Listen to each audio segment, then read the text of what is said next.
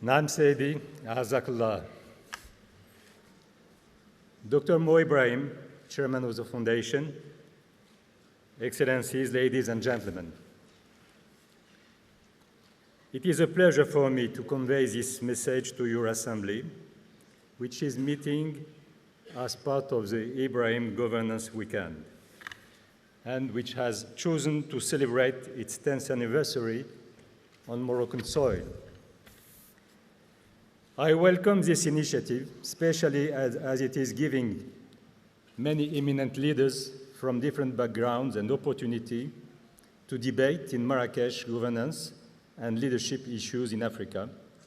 Your conference is helping all of us to set out the practical modalities needed to build a prosperous future for African peoples. I should like to congratulate the chairman, Mr. Dr. Ibrahim.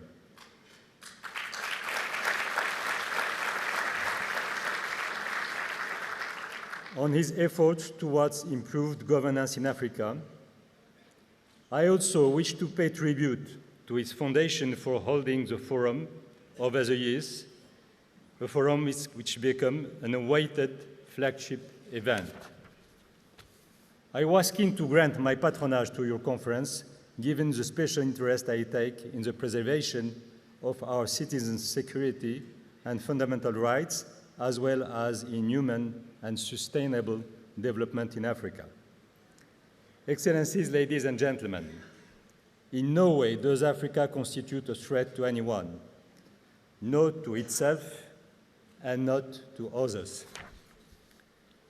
Quite the opposite, it provides a space for sustainable development that is both promising and open to all partnerships. Needless to say, the continent's tremendous resources are still largely untapped and not properly harnessed. Seen from that perspective, the mainstreaming of good governance in the functioning of our institutions, in our economies, and in our societies is, by and large, not yet fully achieved. Is this really an inevitable fate that explains the still prevailing Afro-pessimism? Far from it. Firstly, awareness of deficiencies and gaps in governance is a widely shared perception in Africa. Secondly, strong, genuine will is guiding new African elites in political, economic, and civil society areas. Those elites have grown ever more attentive to the legitimate expectation of the population. Finally, several actions have already been carried out. New rules of conduct have been introduced through action not only by governments, but also by local authorities and civil society representatives. This irrevocable phenomenon is set to expand at all levels, local, national, regional, and continental. It is now important to build it around the principles of coherence and synergy, and it is just as important to showcase success stories so they may be replicated. Excellencies, ladies and gentlemen, African states are committed to universal values. Nevertheless, governance models developed elsewhere cannot be imported or imposed as they are because they are the product of a particular historical process and of specific paths. Nevertheless, these models could be adapted and adjusted to the African context to make sure they are operational and are readily accepted and endorsed by the public. Moreover, there are typical means and instruments of solidarity in Africa, as well as time-honored practices which it would be unfair to discard. They simply need to be modernized and adapted. Today, Africa is capable of imagining through its own means and for itself rules of conduct as well as innovative organizational methods.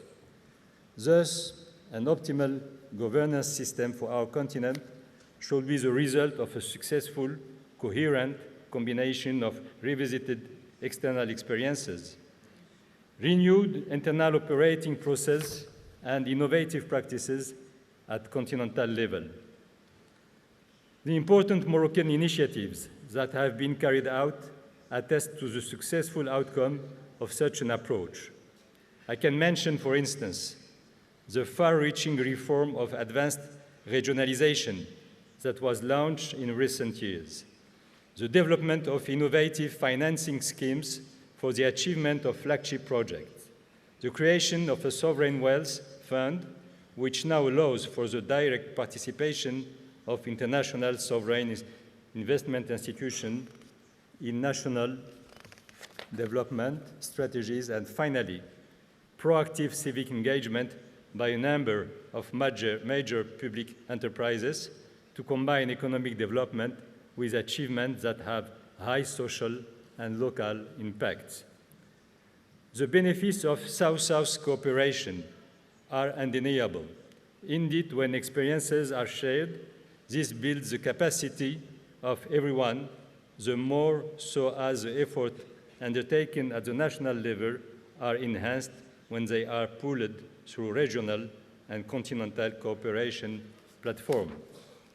Excellencies, ladies and gentlemen, your conference is being held in the wake of the Kingdom's historic return to its institutional family, the African Union, and of Moroccan request, with encouragement by its partners, to join the economic community of West African states, ECOWAS. With those two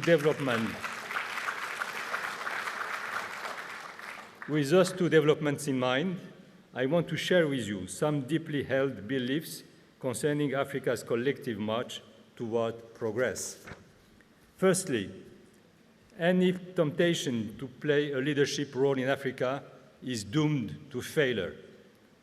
Any such drive must be abandoned once and for all, because what matters is the promotion of shared interest, collective endeavors, and win-win partnerships. Secondly, while it is true that African realities differ according to the region's climates and resources involved, the challenges we face and the ambition we nurture are the same. If we are united and uphold solidarity, we shall win the battle of achieving inclusive developments. Failing that, we will continue to act with varying degrees of success within our national borders without ever being able to rise to the challenges that we might otherwise successfully address, without ever benefiting from the additional, much-needed dividends of sustainable co-emergence. If we want to give intra-African cooperation the means to accomplish such a strategic objective, we must share our experiences and our know-how, and we must make the most of our complementarities. Over the last several years, this has been the very essence of the Kingdom's action as far as cooperation with its many African partners is concerned. Attesting to this are the numerous cooperation agreements signed, the ever-growing access by African students to Moroccan universities and training institutes, and the implementation of important bilateral and regional initiatives, including in the areas of food security, energy, production and service-related infrastructure, as well as human development. Promoting regional and continental value chains supported by new investment and clearly defining priorities and designing creative financial engineering as well as appropriate accompanying measures are the order of the day. Indeed, project selection, design, impact assessment and implementation, together with the mobilization of local savings, are all ingredients for turning our ambition for Africa into reality. Just as important is the need to ensure transparency and good governance throughout the process, in addition to public support and endorsement. Finally, efforts across the board should focus on education, training, and capacity building for the benefit of our future generation. Our youth deserve our full and divided attention. It is for them and through them that we act so that they may benefit from effective governance in the future, enjoy their rights in full, and be in charge of their fulfillment in political, economic, and associative life. Ladies and gentlemen, a well-organized, united Africa that builds on efficient governance mechanism is likely to offer the political, economic, and social benefits African citizens legitimately yearn for. Being a visionary is no longer enough to successfully achieve Africa's transformation.